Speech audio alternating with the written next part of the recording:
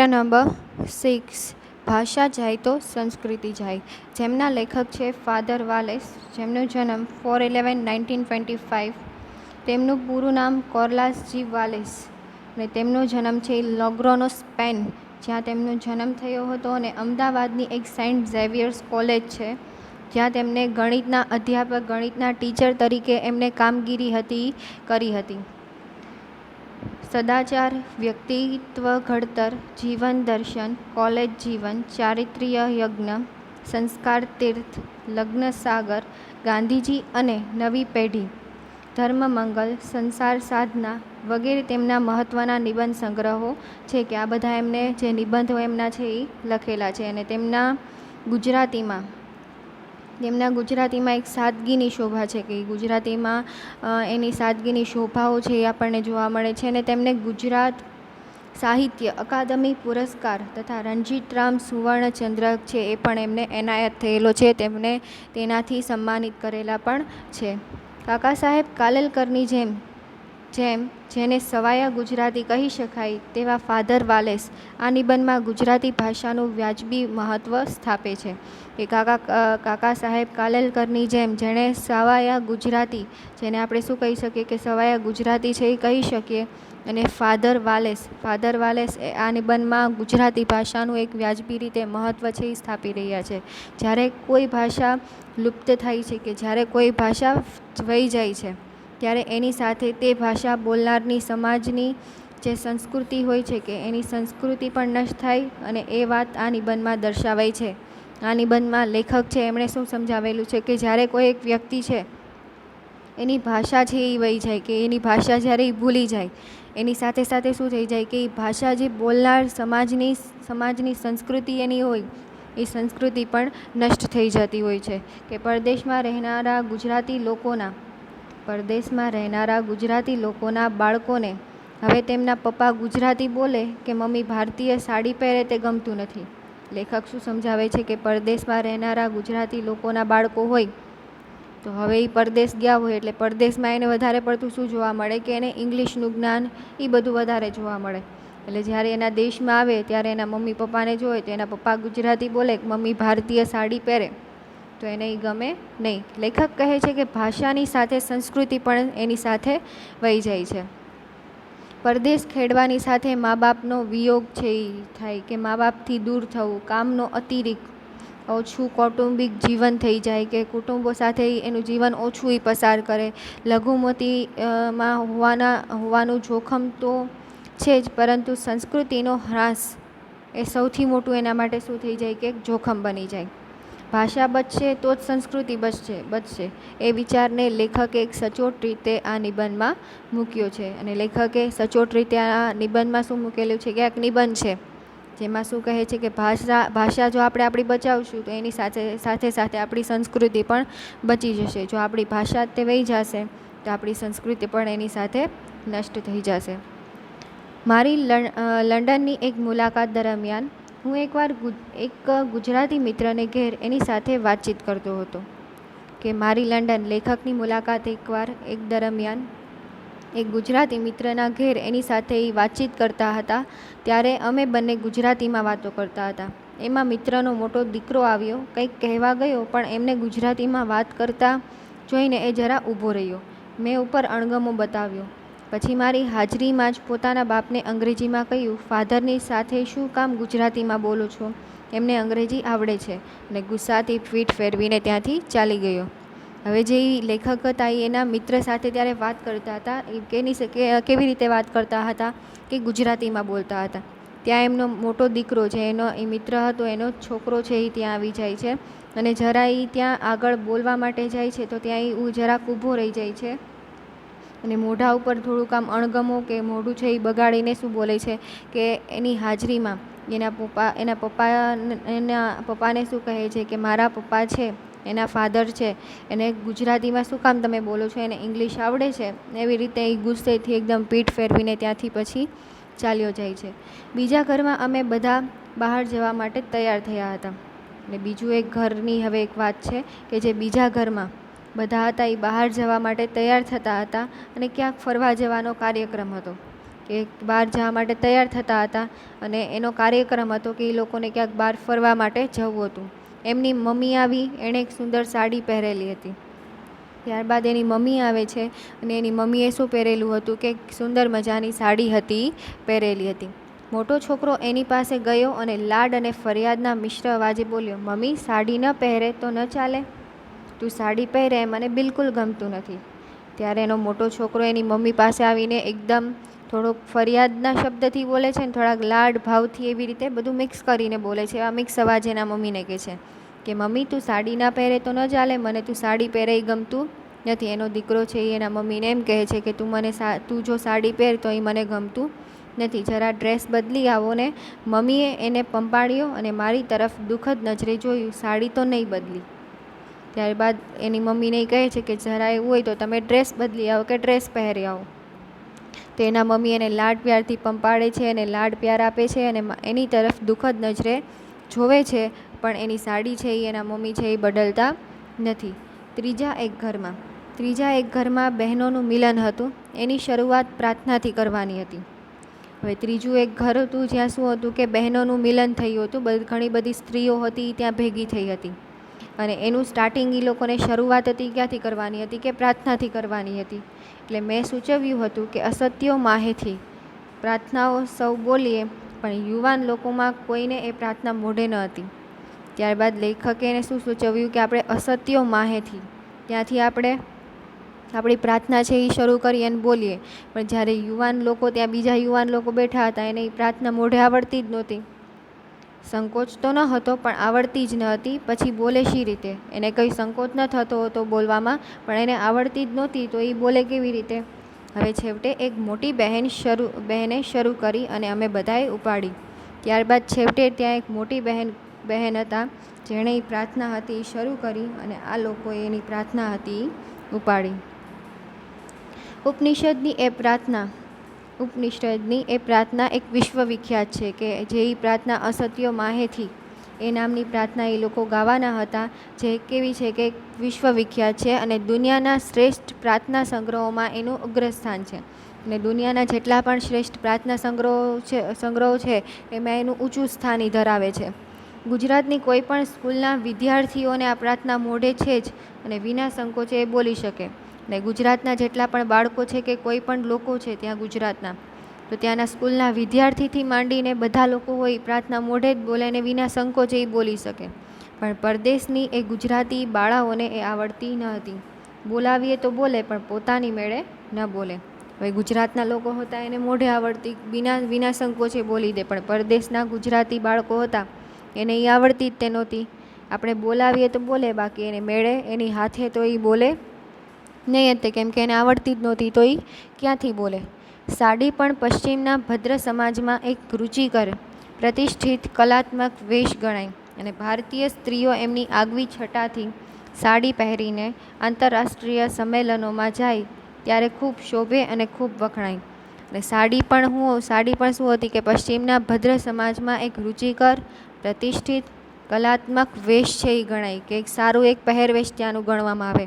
અને ભારતીય સ્ત્રીઓ એમની આગવી છટાથી શું કરે કે સાડી પહેરીને આંતરરાષ્ટ્રીય જેટલા સંમેલનો હોય એમાં જાય અને એ સંમેલનની પણ શોભા છે એ સાડીથી વધારી દે અને ખૂબ ત્યાં વખણાય પણ એ વસ્તુ. અને સાડી ખરેખર શોભે છે અને પરદેશમાં પણ એની પ્રતિષ્ઠા છે. પણ પોતાની મમ્મી સાડી પહેરે એ પહેલાં લંડનવાળા ગુજરાતી છોકરાને ગમતું નથી. લેખક છે એ શું સમજાવે છે કે સાડી ખરેખર એક સ્ત્રીને શોભતી હોય છે અને પરદેશમાં પણ એની પ્રતિષ્ઠા હજી ઘણા લોકોમાં છે જ. પણ જે પેલો લંડનવાળો છોકરો હતો એને એની મમ્મી સાડી પહેરે એ ગમતું ન હતું. અને મોટી વાત તે ભાષાની. પોતાના બાપને ગુજરાતીમાં બોલતા સાંભળીને દીકરાને ગુસ્સો ચડે તો પોતે ગુજરાતીમાં બોલશે ખરો, વાંચશે ખરો, વાપરશે ખરો. અને મોટી વાત તો એક ભાષાની ત્યાં હતી કે એના પપ્પાએ જરાક એવું ગુજરાતીમાં બોલ્યું તો એના પપ્પાએ ગુજરાતી બોલ્યું તો એ બાળકને ગમ્યું નહીં, સીધો એને ગુસ્સો ચડી ગયો. હવે એને એટલામાં ગુસ્સો ચડી જાય તો શું એ ગુજરાતીમાં બોલશે ખરો, ગુજરાતી વાંચશે ખરો, ગુજરાતી વાપરશે ખરો? નહીં. થોડું ઘણું ગુજરાતી તો એને આવડે છે અને થોડું ઘણું એને ગુજરાતી આવડે છે, સાવ આવડતું એવું પણ નથી જ તે. નાનપણથી ઘેર સાંભળતો ને સ્કૂલમાં કે સ્કૂલની બહાર થોડું પણ શીખતો. અત્યારે ગુજરાતી સમજે છે, અશુદ્ધ બોલે અને નહીં લખે એવી પરિસ્થિતિ છે. પરદેશમાં દેશી ભાષા સચવાતી નથી. અને નાનપણથી તે બાળકને શું હતું કે નાનપણથી તેના સ્કૂલમાં, એના ઘરમાં એને ગુજરાતી ભાષા તે બોલાતી, એટલે થોડું એ શીખી ગયો હતો. અત્યારે એ ગુજરાતી સમજી શકે છે, પણ વાપરે છે કઈ રીતે, એની પરિસ્થિતિ છે એ કઈ રીતની છે, અત્યારે કઈ ગુજરાતી ભાષા છે એ અશુદ્ધ બોલે છે, લખતો નથી વ્યવસ્થિત રીતે, એવી એની પરિસ્થિતિ છે. અને આજ તે એની એક છટા છે કે પરદેશમાં એ ગયો, એમાં એની દેશી ભાષા એની સચવાણી નહીં કે એ નષ્ટ થઈ ગઈ. જેમ એનો મતલબ શું થઈ ગયું કે એની ભાષા બદલી ગઈ, એમ ધીમે ધીમે એનામાં એની સંસ્કૃતિ હતી જે એ પણ જાતી ગઈ. આફ્રિકાના એક મુલકમાં ગુજરાતીઓની વચ્ચે ગુજરાતી ભાષાનો ટકાવવાનો એક પ્રયોગ કર્યો. હવે આ આફ્રિકાનો એક મુલક છે જ્યાં શું થયું હતું કે ગુજરાતીઓની વચ્ચે ગુજરાતી ભાષાને ટકાવવા માટે એ લોકો શું કરે છે, એક પ્રયોગ કરે છે. ત્યાં એ લોકો એ પ્રયોગ છે એ કરે છે, અને ત્યાં ગુજરાતી લખવામાં ઘણાને તકલીફ પડે, આપણને એ હોય કે થોડી ઘણી આપણને ગુજરાતી લખવામાં તકલીફ પડે, માટે સરળ જોડણી અને સરળ નિયમો એના માટે અપનાવવા પડે. આપને તકલીફ પડતી હોય ગુજરાતી લખવામાં, બોલવામાં થોડી તકલીફ પડે, પણ એના માટે શું કરવું જોઈએ કે એક સરળ જોડણી અને એના સરળ નિયમો છે એ આપણે અપનાવવા પડે. બધી ઈ છે એ દીર્ઘ અને બધા ઉ હોય ઉસ્વ, એ જોડાક્ષર નથી, અનુસ્વાર નથી, અને કોઈ ભૂલ હોય તો એ ભૂલ છે એ નહીં ગણાય. એવી રીતે એની સારી સગવડ છે અને એની સારી ઉદારતા છે. પ્રયોગ પાછળનો હેતુ પણ શુભ છે અને યોગ્ય છે, પરંતુ એને એથી કંઈ વળવાનું નહીં કે જે એના માટે સારો પ્રયોગ હતો, સારી સગવડ હતી, સારી ઉદારતા હતી એનામાં. પ્રયોગ પાછળ એનો હેતુ શું હતો કે શુભ જ હતો, સારો હતો કે યોગ્ય, કે બધાને બધું આવડી જશે આમાંથી, કે એની ભાષાનું મહત્ત્વ એ લોકો સમજશે, પણ એનાથી કાંઈ વળવાનું નહોતું. ગુજરાતીને સરળ બનાવવાથી ગુજરાતી ટકવાનું નથી. ગુજરાતીને જો આપણે ગુજરાતી ભાષા છે એને જો સરળ બનાવી શકીએ, લેખક શું સમજાવે છે કે આપણે ગુજરાતી ભાષા છે એને જો આપણે સરળ બનાવી દઈએ તો એનાથી કાંઈ ટકવાનું નથી. દીર્ઘ હસ્વનો સવાલ નથી, દીર્ઘય રસ્વઈનો સવાલ નથી, ક ખ ગ ઘ નો સવાલ છે, કે છોકરાઓને ક ખ ગનો સવાલ છે એ આવડવું જોઈએ પહેલાં. એટલે કે આખી ભાષાનો સવાલ છે. એ જાય તો જાય અને ટકે તો ટકે, ને પરદેશમાં એ નહીં ટકે. લેખક શું કહે છે કે ક ખ ગ એનો સવાલ છે, અને એટલે કે મતલબ આખી આપણી ભાષાનો સવાલ છે. જો એ ભાષા જાય તો જાય, ટકે તો ટકે, અને પરદેશમાં જાય મતલબ એ નથી તે ટકવાની. પરદેશના ગુજરાતીઓના આમંત્રણથી તેઓ વસે છે. એવા અનેક દેશમાં હું ગયો છું, એમની જોડે રહ્યો છું. લેખક શું સમજાવે છે કે પરદેશના ગુજરાતીઓના આમંત્રણથી તેઓ વસે છે, એમના દેશમાં પણ એ લેખક છે એ ગયેલા છે, અને એના જોડે પણ એની સાથે પણ એ રહેલા છે.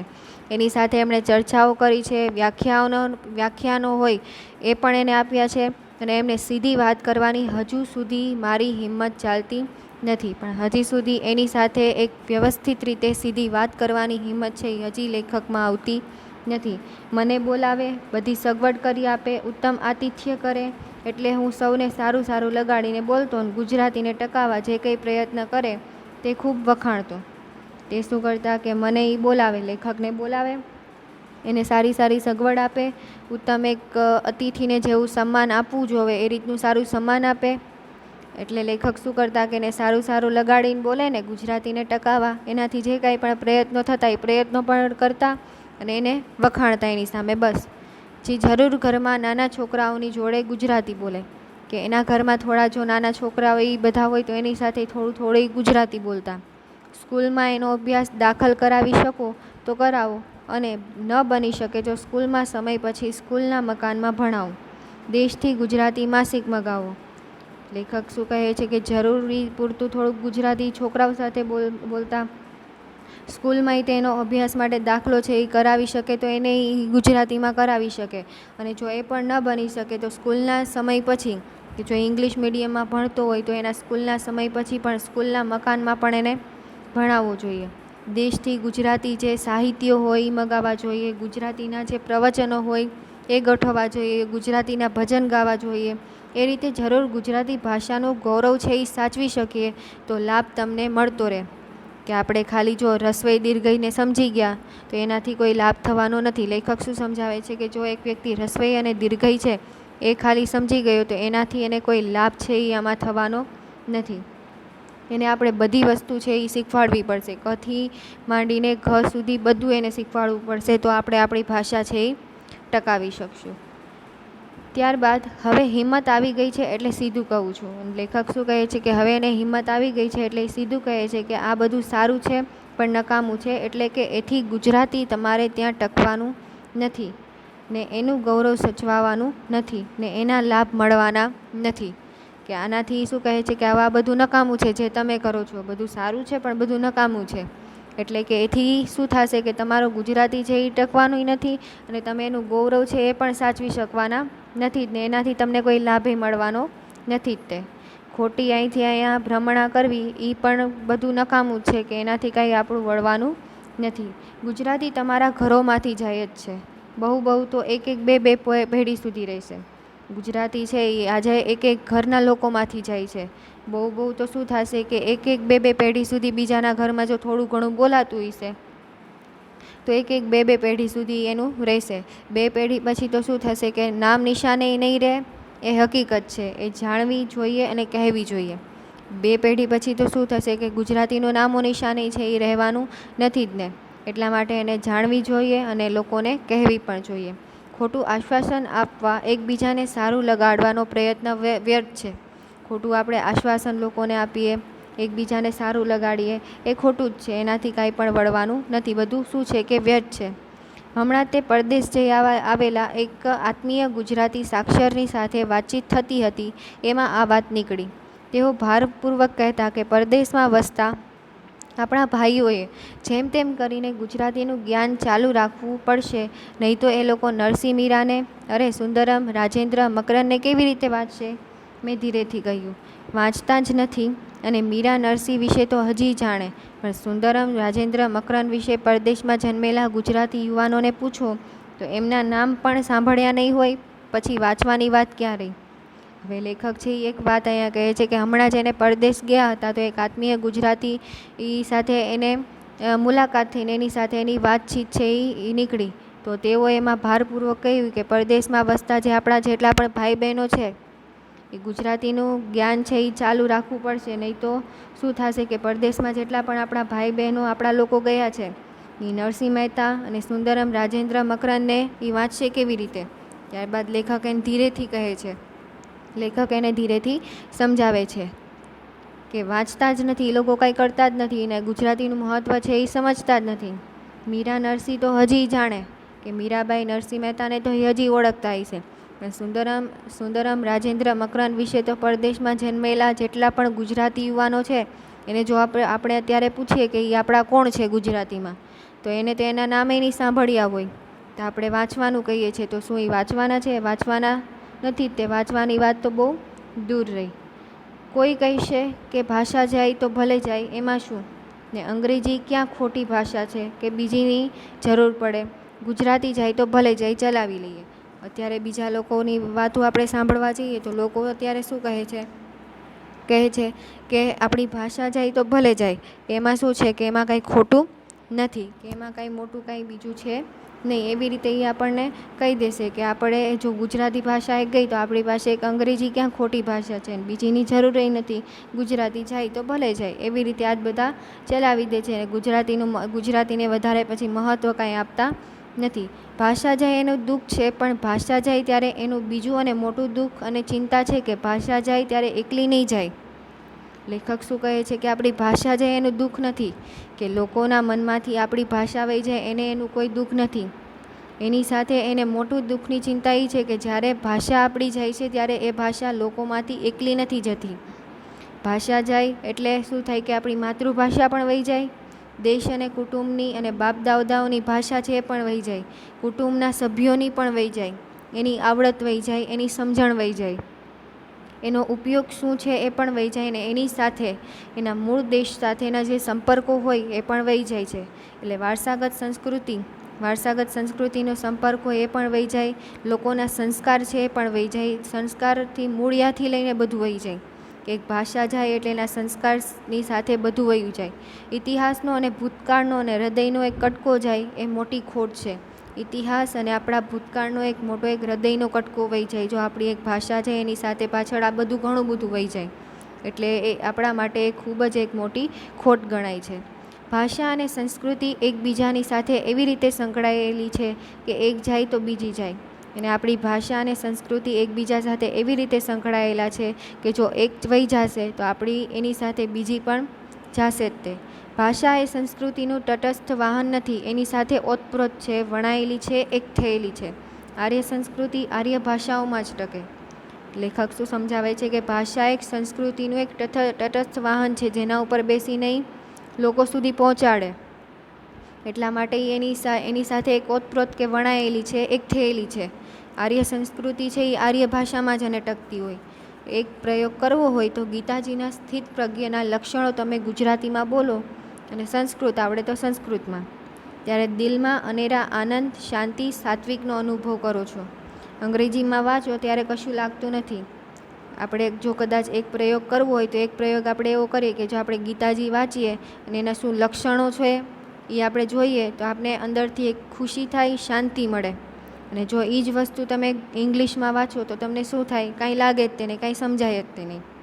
અને ગુજરાતીમાં વાંચો તો એ ગીતાજીનું મહત્ત્વ છે એ આપણે સમજી શકીએ. સંસ્કૃત આવડતું હોય તો સંસ્કૃતમાં પણ તમે એને વાંચી શકો.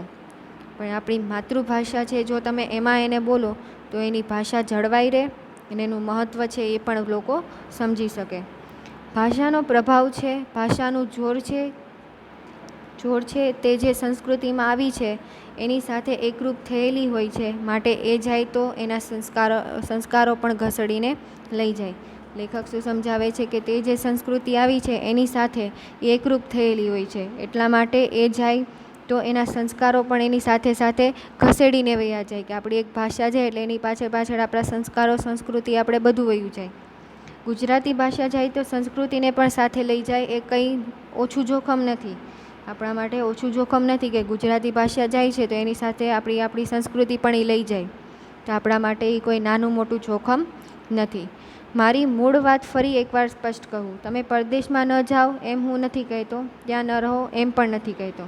હવે લેખક છે એ સમજાવે છે કે હું એમ નથી કહેતો કે તમે પરદેશમાં ન જાઓ, પરદેશમાં ન રહો, ત્યાં કાંઈ કરો નહીં.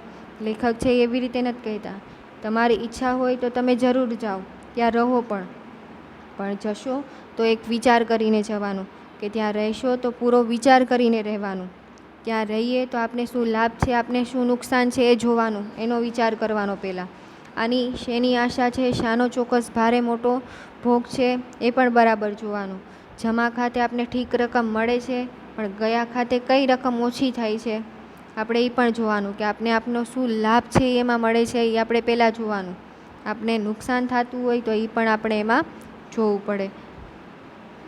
બંને પક્ષ છે એ આપણે બરાબર તપાસવા જોઈએ. બે પક્ષ આપણે જોવા પડે કે જો આપણી ભાષા જાય છે તો આપણે મતલબ આપણી પાછળ એની સંસ્કૃતિ પણ જતી હોય તો આપણે એ પણ જોવું પડે. પછી જવું હોય તો જરૂર જજો, પણ આંખો બંધ કરીને નહીં જવાનું. કે આપણે જવું હોય પરદેશમાં તો આપણે જરૂર જવાનું, પણ એક આંખો બંધ કરીને ત્યાં જવાનું નહીં. બીજાઓના અનુકરણથી, ફેશનના જોરથી, પૈસાના મોહથી, પ્રતિષ્ઠાની ભૂખથી તો નહીં જ જવાનું. કે બીજા આપને કહે કે ત્યાં સારું છે એટલે તું વયો જા, એમ નહીં જવાનું.